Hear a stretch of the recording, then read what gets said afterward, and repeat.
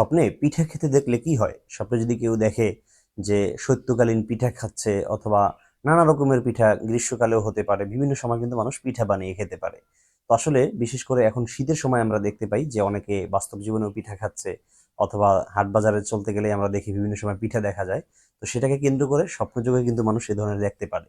মনে রাখবেন, যদি পূর্বাপর কোনো লক্ষণ ছাড়া মানুষ স্বপ্ন দেখে, তখন সেই স্বপ্নটা তাৎপর্যপূর্ণ হয়, সেই স্বপ্নটার তাবির থাকতে পারে, ব্যাখ্যা থাকতে পারে, এবং সেই ব্যাখ্যাগুলো নিয়ে আমরা সাধারণত বিশ্লেষণ করে থাকি। পূর্বাপর যদি কোনো লক্ষণ থাকে, তাহলে সেই লক্ষণ সংশ্লিষ্ট বা সেই সিমটমওয়ালা স্বপ্নের কোনোই ব্যাখ্যা হতে পারে না।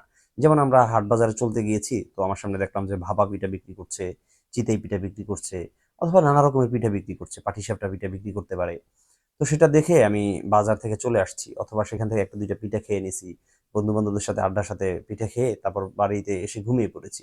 ঘুমের ভিতরে আমি আবার স্বপ্ন দেখছি যে সবার সাথে পিঠা খেতে কোথাও যাচ্ছি, অথবা নিজেদের বাসায় তৈরি করে সেখান থেকে খাচ্ছি। দেখুন, এরকম যদি থাকে সিমটম, তাহলে অবশ্যই সেটার কিন্তু ব্যাখ্যা হবে না। শুধু তাৎপর্যপূর্ণ ব্যাখ্যা হলো সেই স্বপ্নের, যেই স্বপ্নটা কোনো লক্ষণ ছাড়া দেখতে হবে। আপনি কোনো হাট বাজারে দেখেন না, এমনিতেই স্বপ্ন দেখেছেন, তাহলে সেটার তিনটা ব্যাখ্যা রয়েছে। এক নম্বর ব্যাখ্যা হলো আল্লাহ তাআলা সেই মানুষটাকে মানসিক প্রশান্তি দান করবেন, সুবহানাল্লাহি ওয়া বিহামদি। তাহলে আপনি যত প্রকার দুশ্চিন্তা আছে, যত প্রকার ডিপ্রেশন আছে, এই সব কিছু থেকে আল্লাহ তাআলা আপনাকে হেফাজত করবে। এটা হলো এক নম্বর বোঝা যায়।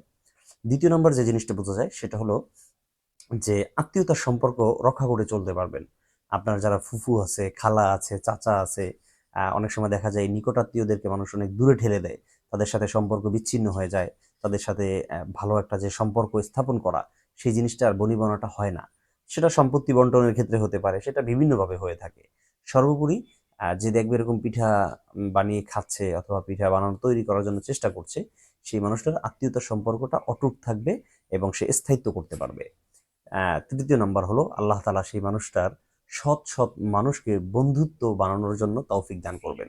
ফলে তার আশেপাশে যে মানুষরা রয়েছে, তাদের মধ্যে থেকে যারা মুত্তাকি, পরহেজগার, খোদাভীরু, আল্লাহওয়ালা, এই সমস্ত মানুষদের সাথে সে বন্ধুত্ব স্থাপন করতে পারবে। অথবা আত্মীয়তা করার ক্ষেত্রে দেখা যায় ছেলে মেয়ে বিবাহ দেওয়া, অথবা ছোট ভাই বোন এদেরকে বিবাহ করানো কিংবা বিবাহ দেয়া, হ্যাঁ, বা বিভিন্নভাবে মানুষের সাথে আত্মীয়তার সম্পর্ক স্থাপন করে। সেই সম্পর্কগুলোও কিন্তু অবশ্যই সৎ মানুষের সাথে সে করতে পারবে, এমন কিছু বোঝা যায়। এই তৃতীয় ব্যাখ্যাটার ব্যাপারে আসলে অনেক বিস্তারিত কথা রয়েছে। এত সংক্ষিপ্ত সময় তো আসলে সবগুলো বলা যায় না। তবে তিনটি ব্যাখ্যা মৌলিকভাবে আমরা আলোচনা করেছি। পিঠা যদি কেউ খেতে দেখে, আমি বারবারই বলেছি যে কোনো লক্ষণ ছাড়া দেখতে হবে। আপনি লক্ষণ অনুযায়ী যদি পিঠা খেতে দেখেন, বানাতে দেখেন, তৈরি করতে দেখেন, তাহলে সেটাই কোনো ব্যাখ্যা হতে পারে না। দর্শক, আল্লাহ তাআলা আমাদের সবাইকে ভালো ভালো স্বপ্ন দেখে সেগুলো আমাদের জীবনে বাস্তবায়ন করা ও উপভোগ করার তৌফিক দান করুন। আলবিদা, মা আসসালামা।